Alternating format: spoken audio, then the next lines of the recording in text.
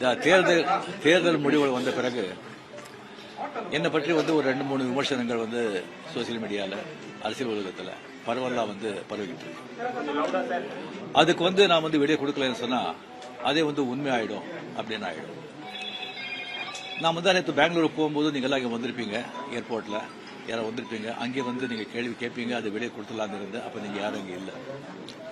அதுக்கு அப்படியே பெங்களூர்லேருந்து திரும்பி வரும்போது கூட அங்கே மீடியா யாருமே இல்லை. அதுக்கப்புறம் 18th கேரளா ஷூட்டிங் இருந்தது சொல்லியிருந்தாங்க. அப்போ நான் விடை கொடுத்துடலாம் அப்படின்னு நினைச்சேன். நீங்கள் அங்கே வரலன்னா கூட முதல்ல சொல்லிட்டு அங்கே வர சொல்லி விடை கொடுத்துடலாம்னு நினைச்சேன். அது ஷூட்டிங் போஸ்ட்போன் ஆயிடுச்சு. ஸோ இங்கே ரொம்ப இன்னும் தள்ளக்கூடாது அப்படின்னு சொல்லி உங்களெல்லாம் நான் கூப்பிட்டுருக்கேன். ஃபர்ஸ்ட் தேர்தல் முடிவுகள் வந்த உடனே நான் ஸ்டாலின் சாரை போய் பார்த்தது. அது கொஞ்சம் விமர்சனங்கள் வந்தது. ஸ்டாலின் சார் அவர்களே என்னுடைய 38-40 ஆண்டு நண்பர். எங்களுடைய நட்பு கொள்கைகள் அரசியலுக்கு அப்பாற்பட்டது. ஜனநாயகத்தில் தோல்வி வெற்றி சகஜம். இருந்தாலும் ஸ்டாலின் அவர்கள் அந்த கொளத்தூரில் தோத்தது எனக்கு கொஞ்சம் சங்கடமாக இருந்தது. அதுக்காக ஒரு நண்பனுங்கிற முறையில், நட்பு முறையில் அவரை போய் நான் பார்த்தேன். அதுக்கு நான் இங்கே விஜய் அரசியல் சிஎம் ஆகக்கூடாது, போர் வரக்கூடாது, அதை தடுக்கிறதுக்கு ரஜினி அங்கே போயிருக்காங்க. வேற ஏதோ 2 பெரிய பார்ட்டியை சேர்க்கணும்னு சொல்லி பேசுறாங்க அப்படின்னு சொல்லி விமர்சனங்கள் வெளியே வருது. அந்த சூழ்நிலையில தான் அதெல்லாம் பேச முடியும். அப்படி பேசுற ஒரு தரங்கெட்ட ஆள் ரஜினிகாந்த் இல்லை. அது தெளிவுபடுத்துற. ரெண்டாவது நான் அவர் வாழ்த்து சொல்லலை. ஏர்போர்ட் போகும்போது வாழ்த்து சொல்லலை.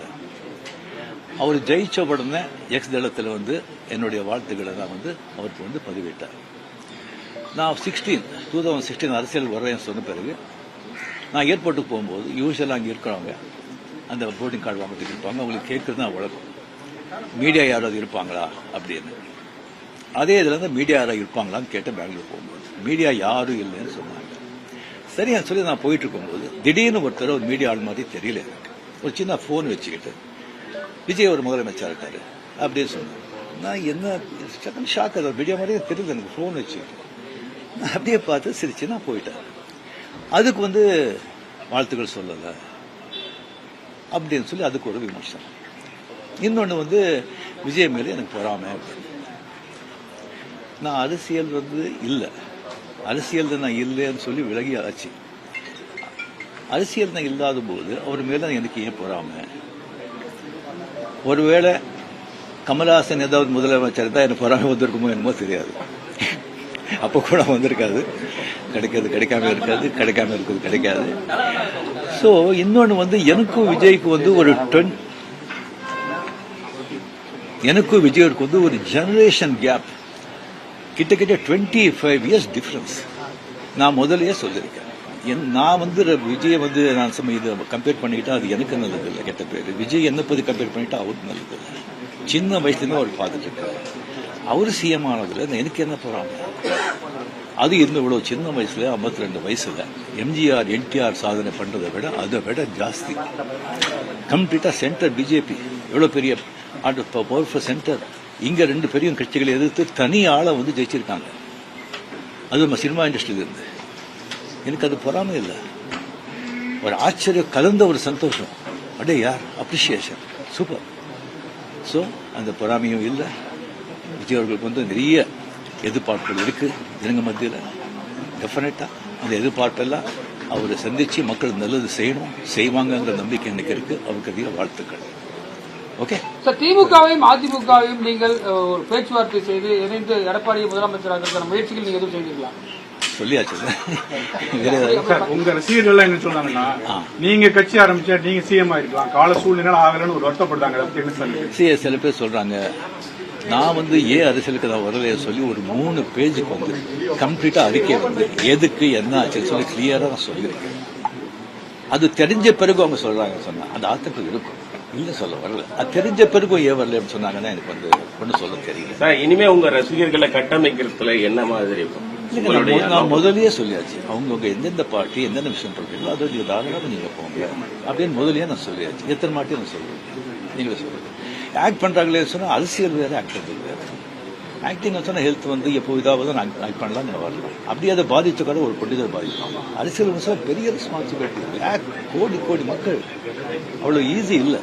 இப்ப நேற்று கமல் சார் வந்து சந்திச்சு 6 கோரிக்கை விட்டுருக்காரு திரையுலகத்தை பத்தி. நீங்க வந்து சிஎம் சந்திச்சு திரையுலக பத்தின கோரிக்கைகள் ஏதாவது முன்வைக்கிறதுக்கு ஐடியா இருக்கா? இல்லைங்க, இப்போ வந்து சினிமா இண்டஸ்ட்ரியிலிருந்து நடிகர் சிங்கமும் போயாச்சு, ப்ரொடியூசர் கவுன்சில் பார்க்க போறாங்க, கமலும் போயாச்சு. மறுபடியும் வந்து சும்மா சம்பிரதாயிகமான போய் பார்க்கறதுக்கு பிடிக்காது. முதல் முறையா ஆட்சிக்கு வந்திருக்கக்கூடிய விஜய் அவர்களுக்கு உங்களுடைய அறிவுரை ஆலோசனை என்ன? எதிர்பார்ப்பும் ரொம்ப ஜாஸ்தியா இருக்குங்க. அது டெஃபினட்டா பூர்த்தி செய்வாங்க நம்பிக்கை எனக்கு இருக்கு. பட் ஒன்னு மக்கள் நம்ம வந்துட்டு ஒரு 2 வருஷம் அவரை விட்டு 2 வருஷம் விட்டு, இன்னொன்று வந்து அவருடைய தொண்டர்கள் ஆகட்டும் ரசிகர்கள் ஆகட்டும் ஜாகிரதையா வந்து நடந்துக்கணும். இந்த சென்ஸ் அவர் என்ன தப்பு பண்ணா கூட அது ஸ்ட்ரைட்டா விஜய்க்கு தான் பாதிக்கும் அப்படிங்கறத அவங்க மனசுல வச்சுக்கணும்.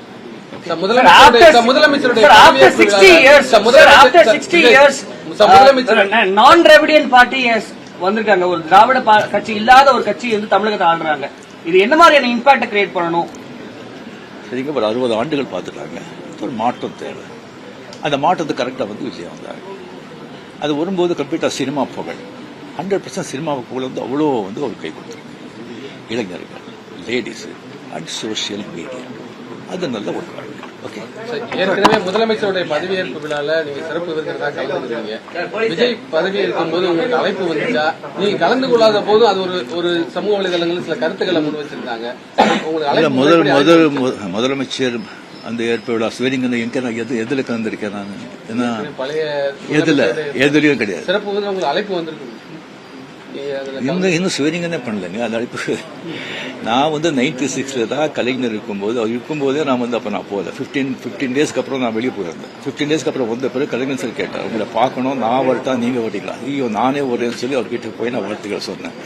அப்படி நேரடியா வந்து மக்கள் வந்து மாற்றம் வேணுன்றதை இந்த தேர்தல் மூலியமா உணர்த்திருக்காங்க. 2001 நீங்க தேர்தல் கட்சி வச்சிருந்தா வெற்றி பெற்றுக்கலாம் என்ற ஒரு சொல்லப்படுகிறது. அது வந்து தவறு விட்டுமோன்னு நினைக்கிறீங்களா? இல்ல 100% வெற்றி பெற்றுப்பாங்க, அதுல டவுட்டே கிடையாது. பட் ஆனா அந்த பஸ் மிஸ் பண்ணிட்டீங்கன்னு நினைக்கிறீங்களா? வேற கொஸ்டின் சார், இந்தியா லெவல்ல இருக்கக்கூடிய பிஜேபி தமிழ்நாட்டில் மட்டும் ஏன் ஒரு சீட்டு வருது, என்ன காரணம் சார்? சார் நான் அதுக்கெல்லாம் நான் சொல்றேன். Okay, hardly congratulations to Vijay. Definitely a lot of expectation is there from people. Definitely, I hope, I wish he will fulfill that. Thank you.